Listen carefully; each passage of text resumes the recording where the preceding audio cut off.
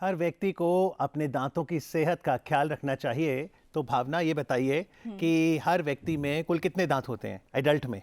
लगभग 32। शायद इसीलिए बत्तीसी भी कहा जाता है। और मिल्क टूथ कब आते हैं? जब बच्चे के पहले दांत आते हैं वो मिल्क टूथ होते हैं, बाद में वो टूट जाते हैं और फिर मजबूत दांत आ जाते हैं। लेकिन अगर मिल्क टूथ ना टूटे तो? इसका जवाब तो डेंटिस्ट ही दे पाएंगे। तो चलिए स्वागत करते हैं हमारे कार्यक्रम में। हमारे साथ एक्सपर्ट मौजूद हैं, डॉक्टर ज्ञानेंद्र मिश्रा जी। आपका स्वागत है हमारे कार्यक्रम में। आप हैं paediatric dentist, health department, Haryana government.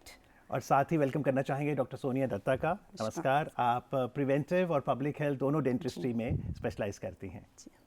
और ऑनलाइन माध्यम से हमारे साथ जुड़े हैं doctor Neeraj Sahni, dental surgeon. आपका बहुत बहुत स्वागत है हमारे कार्यक्रम में नीरज जी।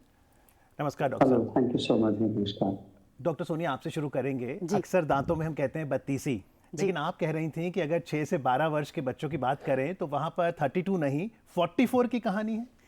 हाँ, इसे हम कुछ इस तरह से कह सकते हैं कि प्राइमरी डेंटिशन, जैसे अभी भावना जी ने कहा, मिल्क टीथ, दूध के दांत होते हैं, दैट इज़ प्राइमरी डेंटिशन।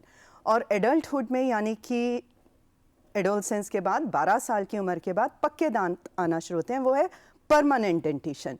लेकिन एक समय होता है जब दूध के दांत जा रहे होते हैं और परमानेंट दांत आ रहे होते हैं। ये समय है लगभग 6 वर्ष से लेकर 12-13 वर्ष की उम्र तक, जिसको हम मिक्स्ड डेंटिशन कहते हैं। ओके। तो 44 की कहानी ये है कि दूध के दांत 20 होते हैं और एडल्ट टीथ जो पक्के दांत हैं 32 हैं। अगर उसमें से हम 4 दांत विजडम टीथ या थर्ड मोलर्स को निकाल दें, कम से कम 28 दांत तो रहते हैं, जिसमें से एक समय ऐसा होता है मिक्स डेंटिशन जब मुंह में दूध के दांत पक्के दांत होंगे तो बहुत सारे दांत हो जाते हैं। जी, लेकिन डॉक्टर ज्ञानेंद्र, क्या ऐसा पॉसिबल होता है कि दूध के दांत टूटे ही ना और बाकी के दांत आ जाएं? जी, बिल्कुल हो सकता है। कुछ एक कंडीशंस होती हैं कि जैसे दूध के दांत हमारे निकलने के बाद जब चेंज होता है, जैसा सोनी मैडम ने बताया मिक्स डेंटिशन के बारे में, तो उस केस में क्या होता है कि दूध के दांत अगर हमारे समय से नहीं निकले, कोई भी चीज़ एक समय के अवधि में ही रहता है तभी ठीक रहता है। अगर उससे ज़्यादा या कम रहा, दोनों हार्मफुल होता है। अच्छा। तो अगर वो हमारी ज़्यादा समय तक रह गए तो हमारे आड़े टेढ़े दांत भी आ सकते हैं, जिससे कि हमें मैलोक्लूजन भी हो सकता है। जी, तो डॉक्टर नीरज, अगर दांत आड़े टेढ़े हुए तो क्या ब्रेसिस ऑप्शन है या हम ब्रेसिस से बच भी सकते हैं? अमित जी, आज की डेट में काफ़ी ऑप्शंस हैं। सबसे पहले हमको असेसमेंट करनी पड़ेगी। जैसे डॉक्टर साहब बता रहे हैं, उस स्टेज को हम अगली डकलिंग स्टेज बोलते हैं कि 8 साल से लेकर 12 साल तक ऑटोमेटिकली दांत आपके मैल अलाइन हैं तो करेक्ट हो जाते हैं। अगर उसके बाद भी टेढ़े मेढ़े हैं तो हम ब्रेसेस की तरफ जा सकते हैं। आज की डेट में अलाइनर्स एक बहुत अच्छा ऑप्शन है। बाकी और ऑर्थोडोंटिक अप्लायंसेस होते हैं। तो पहले असेसमेंट बहुत ज़रूरी है। काफ़ी पेरेंट्स मिस कर देते हैं इस बात को। जब बच्चा 12 ईयर का हो गया, 12 साल के बाद हम एक टिपिकल मैलालाइन टीथ को हम ट्रीट करना स्टार्ट करते हैं। तो अगर बच्चे की एज 12 है और 12 तक टीथ अरेंज नहीं है प्रॉपरली, तब हम कुछ इग्नोर करते हैं। We have to make sure कि वो दांत सही हैं, उसमें कैविटीज नहीं है, जो परमानेंट दांत आ रहे हैं वो अच्छे आए और वो इन्फेक्टेड नहीं हो। इनफैक्ट कि सपोज आपके जो बेबी टीथ हैं या जो प्राइमरी टीथ है वो अगर इन्फेक्टेड हैं तो नीचे जो परमानेंट आएंगे वो भी चांसेस हैं कि इन्फेक्टेड हों। सो बेस्ट पॉसिबल ऑप्शन है, आप सबसे पहले एक बार स्क्रीन कर लीजिए, डेंटिस्ट विजिट करवाइए। अगर सब चीजें सही हैं तो हम ब्रेसेस, अलाइनर्स और बहुत ऑप्शंस हैं। शायद अगली डकलिंग स्टेज हो तो ऑटोमेटिकली भी करेक्ट हो सकते हैं। ऐसा नहीं है कि आपको ब्रेसेस बिल्कुल असेसमेंट बहुत ज़रूरी है टाइमली। और यदि दांतों की सेहत से जुड़ा आपका भी कोई सवाल है हमारे विशेषज्ञों के लिए तो जल्दी से हमारा फ़ोन नंबर नोट करें। आप सीधा हमें फ़ोन कर सकते हैं, 011 दिल्ली का STD कोड और नंबर है 23097532। 011 is our code and number is 23097532। Doctor Gyanendra, क्योंकि आपने तो अप्लायंसेस पे काफ़ी काम किया है, रिसर्च भी की है, तो क्रॉस बाइट क्या है? और उसमें हम एक अप्लायंस सुनते हैं एक्सपेंशन स्क्रू, इससे क्या लाभ होगा? क्रॉस बाइट, जैसा अभी साहनी सर कह रहे थे, उसमें मैं अपना एक पॉइंट ऐड करना चाहूँगा। Being a specialist in paediatric specialisation, paediatric dentist होने के नाते, मैलोक्लूजन को जो है कई चीज़ों की हमें असेसमेंट करनी होती है। तो कुछ एक मालोक्लूजन्स ऐसे होते हैं जिनको आपको सिंस इंसेप्शन यानी आपको जब पता चले तब आपको उसका ट्रीटमेंट स्टार्ट कर देना होता है। उसी में से एक क्रॉसबाइट होती है, ये भी एक मालोक्लूजन है। अगर हमने इसका ज़्यादा समय तक इंतज़ार किया तो हो सकता है कि हमें उसको करेक्ट करने में जो है समस्या आए। तो इस तरह से क्रॉस बाइट में क्या होता है कि हमारे दांत अगर मान लीजिए नॉर्मली इस पोजीशन में होने चाहिए तो वो ऑपोजिट साइड चले जाते हैं। तो उसको हमें करेक्ट करने के लिए एक्सपेंशन स्क्रू भी हम इस्तेमाल करते हैं। एक्सपेंशन स्क्रू इज़ बेसिकली हम कोई भी चीज़ अगर दे रहे हैं तो कोई चीज़ अगर नेचर उसको कंपनसेट नहीं कर पा रहा है तो हम उसमें एक अपनी आर्टिफिशियल मदद के रास्ता अपनाते हैं, जिसमें कि एक एक्सपेंशन स्क्रू से क्या होता है, एक आर्च की हम वाइडनिंग करते हैं। आर्च की वाइडनिंग करने से जैसा मैंने बताया था दांत की नॉर्मल पोजीशन ये है, अगर वो ऐसी होगी तो हमने अगर एक्सपेंड किया तो वो अपनी नॉर्मल पोजीशन कितना समय लगता है उस एक्सपेंशन के लिए? इट वेरीज कि किस स्थिति में है और आपकी आर्च की बनावट कैसी है, आपका जेनेटिक कैसा है, ये कई फैक्टर्स पे जो है उसको हम समय पे इवेलुएट 3 करके महीने 6 महीने साल तक लग जी सकता है। जी आप at least for 6 months and it can extend as required as per the personal need. जी, एक कॉलर हमारे साथ भोपाल से जुड़ गए हैं। जी मुकुल जी नमस्कार, अपना सवाल पूछिए। Hello hello. जी नमस्कार, अपना सवाल पूछिए। हाँ, मेरा नाम मुकुंद है, मैं भोपाल से बोल रहा हूँ। तो ये मेरा सवाल ये है, जिस तरह से अपन आई डोनेट कर लेते हैं या लिवर डोनेट हो जाता है तो उससे क्या डिटेक्टर डोनेट हो सकता है क्या? सर प्रश्न दोबारा रखिए अपना। हेलो हाँ जी। जी, अपना टेलीविजन का वॉल्यूम कम करके दोबारा से प्रश्न पूछिए। डिटेक्टर डोनेट कर सकते हैं कि, ये सवाल है मेरा बस। जी डॉक्टर साहब। जैसा मैं समझ पा रही हूँ मुकुल जी पूछना चाहते हैं, जैसे हम अंग दान करते हैं, कोई भी ऑर्गन डोनेट करते हैं तो क्या दांत भी डोनेट कर सकते हैं? ऐसा अभी तक तो कोई ऐसी रिसर्च नहीं है। अपने ही दांत को एक्सीडेंटली निकल जाए कभी और उसको प्रत्यारोपण यानी कि दोबारा से ट्रांसप्लांट करें, ऐसे तो बहुत से सक्सेसफुल केसेस हैं। या फिर आर्टिफिशियल दांत, जिसका जो आज का विषय नहीं है, और बहुत विकल्प होते हैं। लेकिन एक इंसान दूसरे के लिए अंगदान की तरह टीथ डोनेट करे, ऐसा अभी कोई शोध नहीं। डॉक्टर नीरज आपसे पूछना चाहूंगा, कई बार होता है 11-12 साल के बच्चे हैं, शैतानी करते हैं, खेल खेलते हैं, अब गिर गए टेबल पर और मान लीजिए 2 पक्के दांत आ चुके हैं, थोड़े से टूट गए, तो क्या पक्के दांत कुछ समय और इंतजार करें, बढ़ सकते हैं या क्या किया जाए? मेरा बेसिक फॉर्मूला रहता है असेसमेंट। सबसे पहले आप असेस कीजिए, टूट गए तो आप एक्सरे लीजिए, पता चलेगा कि क्या उस फ्रैक्चर के कारण, उस ट्रॉमा के कारण कुछ इनसाइड रूट में या नर्व में या बोन में कोई प्रॉब्लम तो नहीं हुई। अगर तो वो प्रॉब्लम है तो पहले उसको ट्रीट किया जाएगा। जैसे अगर ट्रॉमा इतना ज्यादा था कि वो रूट के अंदर चला गया, बोन के अंदर चला गया, तो वो ट्रीटमेंट चलेगा।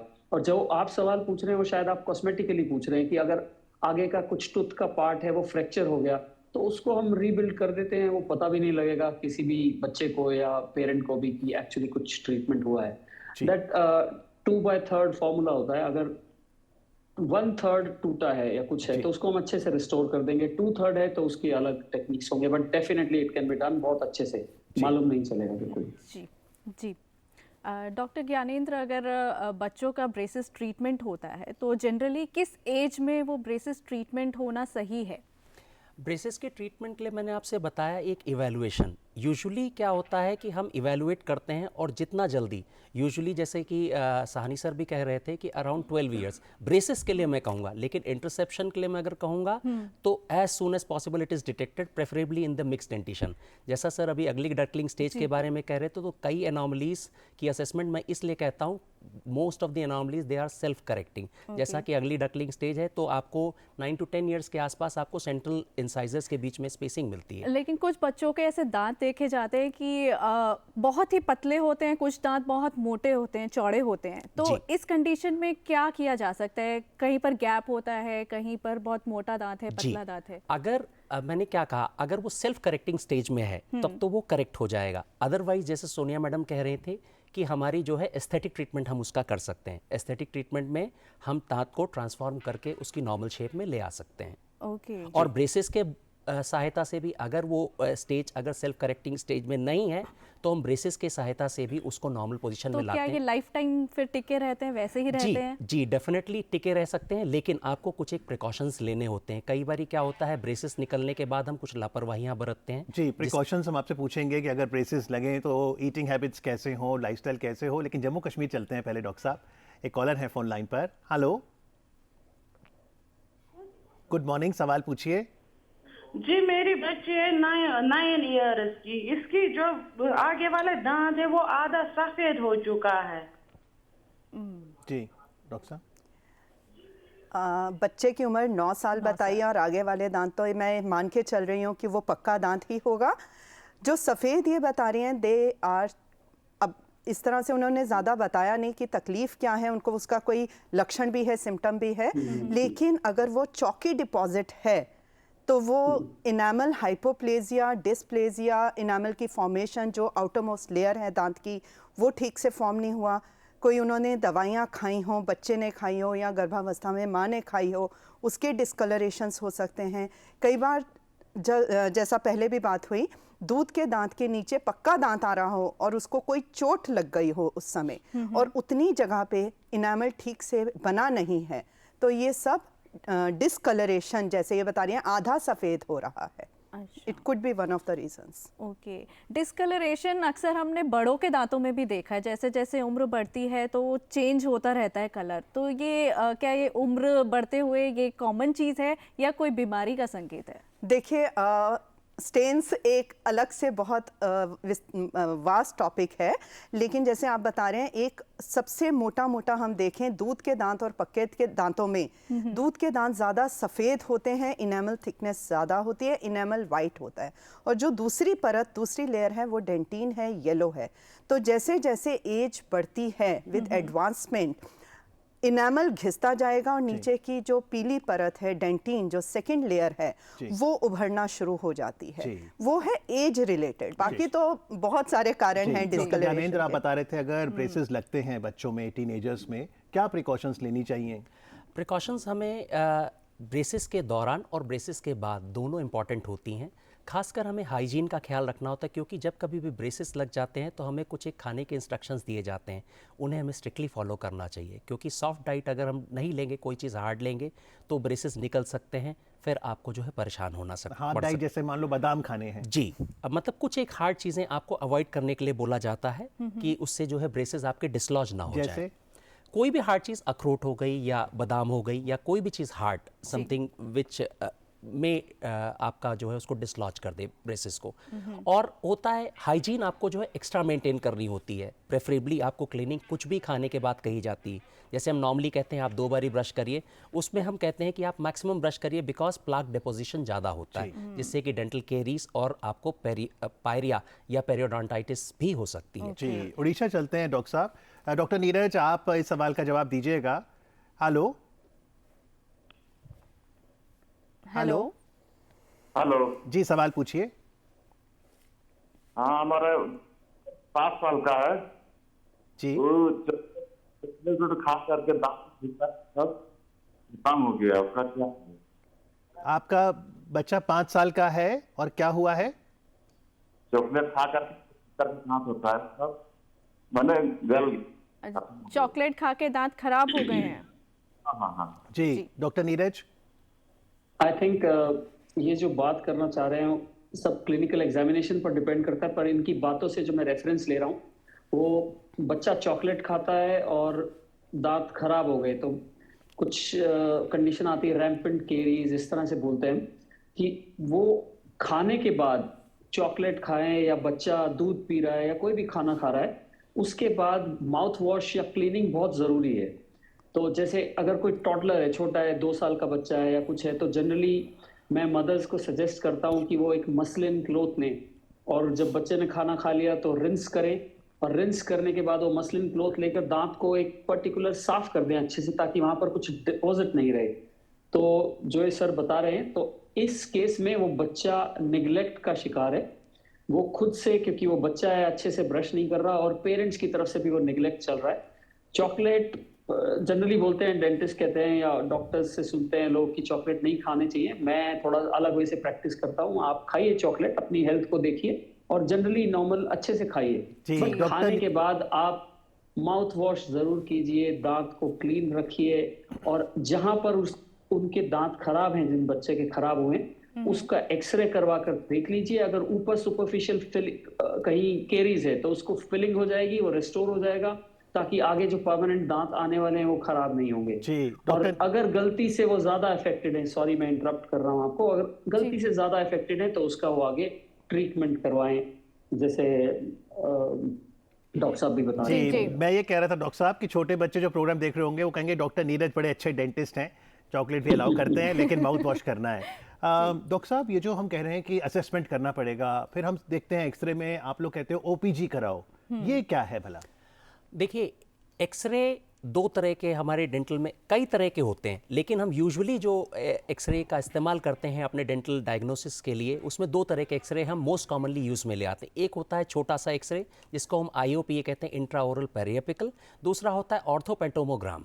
हर एक की अपनी अपनी सिग्निफिकेंस है। जैसे आपको किसी एक की डिटेल्ड एनालिसिस करनी, किसी एक दांत की, तो हम जो है IOPA लेते हैं, जो एक छोटा सा एक्सरे होता है और उसमें हम एक दांत की डिटेल। लेकिन अगर जैसे कि आप डेवलपमेंटल स्टेजेस देखना चाहते हैं कि जो है किस स्टेज में कौन सा दांत है, और आप ओवरऑल असेसमेंट करना चाहते हैं कि राइट साइड का लेफ्ट साइड से क्या कंपैरिजन है, प्रेफरेबली बच्चे की एज क्या हो सकती है, और तरह तरह की एक डिटेल्ड एक रफ मतलब एक्शन प्लान बनाने के लिए तो यू यूज OPG। मुंबई से एक कॉलर हमारे साथ जुड़ गए हैं।